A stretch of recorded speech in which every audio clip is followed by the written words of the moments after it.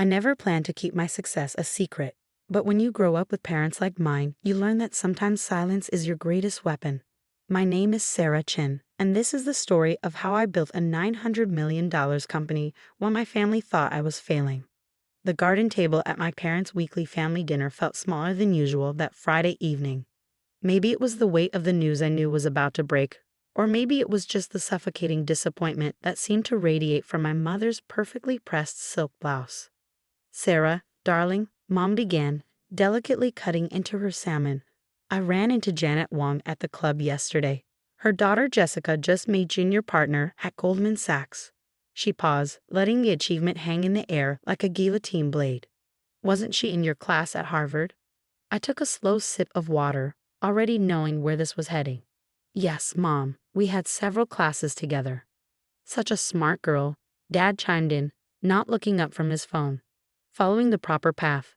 Unlike some people who throw away perfectly good careers to play entrepreneur in their garage. 3 years ago, their words would have cut deep, but tonight, they barely touched me." I checked my watch, 7:45 p.m. 15 minutes until the Wall Street Journal article went live. "Speaking of my garage startup," I said, pulling out one of my business cards and sliding it across the table. "I brought you a new card. We rebranded last month." Dad picked it up between his thumb and forefinger like it might be contaminated. "Chin Innovations," he read with a smirk. "Very original, Sarah. What happened to that cute little name you had before? Something about butterflies?" "Chrysalis Tech," I corrected him. "We outgrew it." Mom put down her fork, concern etched across her perfectly maintained features. "Sweetheart, I think it's time we had a serious discussion about your future. You're 32 now. All your cousins are established in their careers, starting families. I have a career, Mom. Playing with computers in your garage is not a career." Dad's voice rose as he slapped my business card down. "We didn't spend a fortune on your education so you could waste your life on this hobby." I felt a familiar tightness in my chest, the same one I felt 3 years ago when I quit my prestigious consulting job to start my company. Back then, their disapproval had nearly crushed me. Now it just served as fuel. "Do you even make any money?" Mom pressed. "When was the last time you took a real vacation or bought new clothes? That blouse you're wearing, I swear I saw it at last year's Christmas dinner." I touched the simple blue silk blouse, one of my favorites, actually, and smiled. "I do all right, Ma." "All right," Dad scoffed. "Your brother James just closed a $50 million deal at his firm. That's doing all right. You're playing pretend CEO with a bunch of computer nerds." 7:55 p.m. 5 minutes to go. The thing about my parents is that they've always measured success in very specific ways. Prestigious job titles, designer labels, luxury cars, and country club memberships. When I graduated from Harvard Business School, they had my life planned out perfectly. Join a top consulting firm, check. Climb the corporate ladder, started. Marry a suitable man from our social circle, pending, and live the life they'd worked so hard to provide. Instead, I discovered something they couldn't understand, a vision. It happened during a routine consulting project. I was helping a major bank upgrade their cybersecurity systems when I noticed a fundamental flaw in how financial institutions handled digital transactions. There was a gap, small but significant, that no one else seemed to see, a way to make digital banking not just secure, but virtually unhackable. The idea consumed me. I spent months researching, developing, testing. When I finally understood what I had, I tried to explain it to my firm's partners. They patted me on the head, metaphorically, and told me to focus on my assigned projects. So I quit. The day I told my parents I was leaving my six-figure consulting job to start a cybersecurity company, you'd have thought I'd announced I was joining a cult. Mom cried. Dad yelled. My brother James, the golden child, tried to have me committed for a mental health evaluation.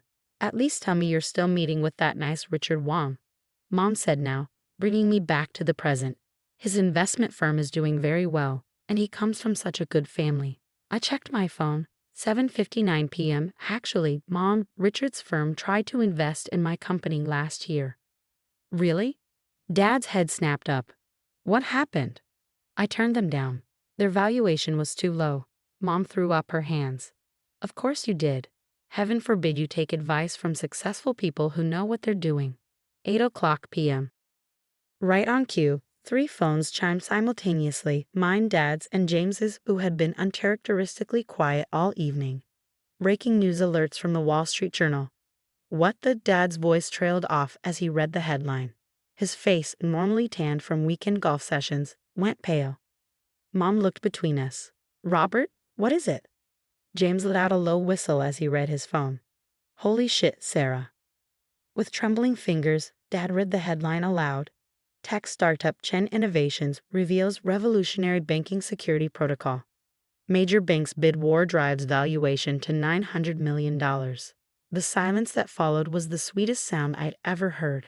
You see, while my parents thought I was failing, playing entrepreneur in my garage, I've been building something revolutionary. Those computer nerds they dismissed, world-class engineers and cryptographers who believed in my vision. That garage, a secure development facility with more computing power than most universities. And today, after 3 years of work, dozens of patents, and successful pilot programs with 3 major banks, we were finally going public with what we built. 900 million? Mom stammered, reaching for Dad's phone. There must be some mistake. No mistake, I said quietly, taking another sip of water. The valuation is actually low. We turned down a $1 billion offer from Goldman last week. They wanted too much control. Dad's hand shook as he poured himself more wine, spilling some on the pristine tablecloth. Mom didn't even notice, too busy scrolling through the article, her eyes growing wider with each paragraph. The article doesn't even tell the whole story. I continued, warming to my subject. Would you like to know how many banks are currently bidding for our technology? Or how many government agencies have requested meetings? Or maybe you'd be interested in knowing that Richard Wong's firm is now offering 20 times what they offered last year. James let out another whistle. Sis, why didn't you tell me? I could have helped with the legal side. The same way you helped by suggesting I needed psychiatric help when I started the company? He had the grace to look ashamed. Mom finally found her voice. But your clothes, your car, you live in that tiny apartment. I smiled, thinking about the real estate agent who was quietly finding me a new home. Did it ever occur to you that I might have different priorities than designer labels and luxury cars? That success isn't always visible on the surface. All this time, Dad muttered, still staring at his phone. All those dinners where you mocked my choices, belittled my dreams, treated me like a failure. I kept my voice calm, but I could feel years of frustration bubbling up. Yes, Dad, all this time. The garden fell silent again, broken only by the gentle splash of the fountain Mom had imported from Italy. In that moment, I saw my parents clearly, perhaps for the first time. They weren't the all-knowing arbiters of success I'd once thought them to be. They were just people trapped in their own narrow view of what achievement should look like. My phone buzzed again. Another news alert, another article about Chen Innovations. Soon the calls would start. Investors, journalists, potential clients. Our quiet phase was over, and everything was about to change. I stood up, smoothing down my old silk blouse. I should go. It's going to be a busy few days. Sarah, wait, Mom called out as I reached for my bag. We should celebrate. I'll call the club, arrange a party. Actually, I'm hosting a company celebration next week. Nothing fancy, just a dinner for my team. The brilliant computer nerds who helped build this company. You're welcome to come if you'd like to meet them. I walked to my car, my practical 3-year-old Toyota, leaving them at the table, still shell-shocked. As I drove away, I caught a glimpse of them in my rearview mirror. Dad still staring at his phone, Mom dabbing at her eyes with her napkin, James shaking his head in disbelief. Part 2. The Truth Behind Success. The next morning, my office was barely recognizable. Gone was the peaceful space where I built my company. In its place, a whirlwind of activity filled every corner. PR teams huddled around conference tables, investors waited in the lobby, and my phone hadn't stopped ringing since dawn. Sarah, Goldman's on line 3, my assistant Rachel called out as I navigated through the chaos.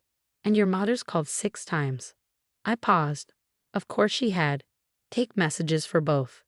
My garage startup occupied the top 3 floors of a renovated warehouse in the city's tech district. Not that my parents had ever visited to know this. The garage they imagined was actually 30,000 square feet of state-of-the-art research and development space. The computer nerds were a team of over 100 brilliant engineers, cryptographers, and security experts from around the world. Team meeting in 5, I announced, heading to our main conference room. As I walked, I caught my reflection in a window, still wearing yesterday's old silk blouse. Mom would be horrified. The thought made me smile. The conference room filled quickly. These faces, some tired from working through the night, others excited by our public revelation, were the real story behind Chen Innovation's success. People who believed in the vision when it was just sketches on a whiteboard. First, I began, looking around the room. Thank you all for your extraordinary work. The security protocols we've developed together will change how the world handles digital transactions. You should be proud. Dr. Patel, our lead cryptographer, raised his hand. What about the acquisition offers? Ah, the billion-dollar question. Literally. As of this morning, we've received offers from 6 major banks and 3 tech giants. I paused, letting that sink in. But we're not selling. The room erupted in cheers. They understood what I'd known from the beginning. Our technology was too important to be controlled by any single institution. My phone buzzed again. Another text from Mom. Darling, the club is free next Saturday for your celebration.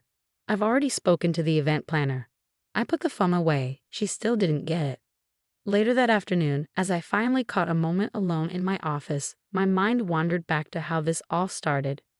Not the moment I discovered the security flaw. That was just the spark. The real beginning was a conversation I had with my grandmother before she passed away. I was still at my consulting job, miserable but too afraid to leave. Grandma Chen, unlike her son, my father, had built something from nothing. She'd arrived in America with $10 and a dream, eventually building a successful import-export business. Sarah, she'd said, holding my hand in her hospital room. There are 2 kinds of people in this world. Those who build their dreams and those who live in the dreams others built for them. Your father, he chose the second path. But you, my girl, you have the builder's spark in your eyes. She passed away 2 weeks later. I quit my job the next day. The early days were brutal. I emptied my savings, sold my designer wardrobe, much to Mom's horror, and moved into a tiny apartment to fund initial development. My first team members worked for equity because I couldn't afford salaries. We really did start in a garage, my landlord's, actually, which we rented for extra workspace. Dad's words from those days still echoed. You're throwing your life away on a fantasy. But we weren't. Every sleepless night, every failed test, every ramen dinner brought us closer to something revolutionary. Our security protocol didn't just patch the vulnerability I'd discovered, it completely reimagined how digital systems could protect themselves. A knock at my office door broke through my memories. James stood there, looking uncomfortable in his $1,000 suit. The receptionist almost didn't let me up, he said, attempting a joke. Quite a change from your garage. I gestured for him to sit. What brings you here, James? Mom's crying, Dad's drinking, and I? He trailed off, looking around my office. I owe you an apology. That mental health evaluation thing. I was wrong. Yes, you were. He fidgeted with his tie. Look, my firm would love to handle your legal work. With all these offers coming in. Stop. I held up my hand. That's not an apology. That's an attempt to profit from my success. His face reddened. Sarah, be reasonable. We're family. Funny, that didn't matter when you all thought I was failing. Another knock saved him from responding. Rachel poked her head in. Sorry to interrupt, but the team needs you. We're seeing some unusual patterns in the test deployment. I stood up. I have to go. Real work to do. Sarah, James called as I reached the door. How did you know? How did you know it would work when everyone said you were crazy? I thought about Grandma Chen, about those early days in the actual garage, about the moment our first prototype succeeded. I didn't know, I answered honestly. I just knew I had to try. That's the difference between builders and dreamers, to James. Builders don't need certainty. They just need courage. Leaving him in my office, I headed to the R&D floor where my team was gathered around a bank of monitors. This was my real family, the ones who believed, who built, who sacrificed. Dr. Patel waved me over. Look at this pattern in the neural network. It's evolving faster than our projections. As I lost myself in the technical discussion, my phone buzzed one last time. A text from Mom. "Darling, please. Let us make this right. We're having a small dinner party tomorrow. Just a few close friends who'd love to hear about your success." I turned off the phone. They still didn't understand. This wasn't about them anymore. It never really was. That evening, as the office finally quieted, I stood at the window looking out over the city. 3 years ago, I'd walked away from everything my parents valued: prestige, security, status. In their eyes, I'd chosen certain failure. But standing there, watching the sunset reflect off neighboring buildings, I realized something important. Success isn't just about proving others wrong. It's about proving yourself right. My practical Toyota still sat in the parking lot, now surrounded by news vans. The old silk blouse hung comfortably on my shoulders. Tomorrow, I face more investors, more journalists, more family drama. But tonight, in this moment, I was exactly where I needed to be. My phone lay silent on my desk, but I knew what was happening across town. Mom would be calling her friends, trying to spin this revelation into something that fit her worldview. Dad would be researching my company, finally reading the patents he'd dismissed as fantasy. James would be calculating how to benefit from his connection to me. Let them. Their actions said more about them than they ever did about me. Dr. Patel appeared at my door. "Sarah, the team's ordering dinner. That little Vietnamese place you love. Want to join?" I smiled, thinking about the celebration Mom was probably still planning at the country club. Absolutely. As we walked to the elevator, surrounded by empty energy drink cans and whiteboards covered in complex algorithms, I felt a deep sense of peace. This was success, not the valuation, not the headlines, but this. Building something meaningful.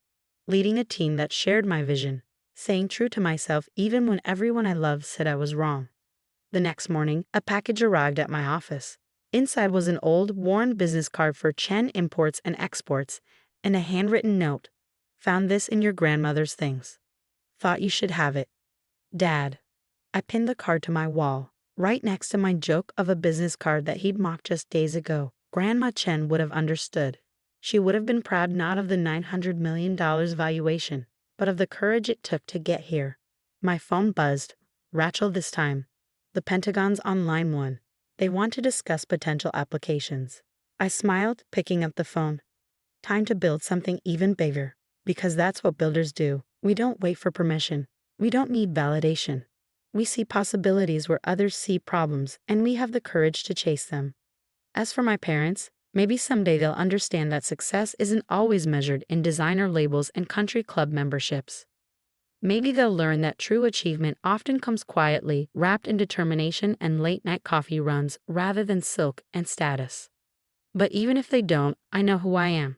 I'm Sarah Chin, and I build things that matter.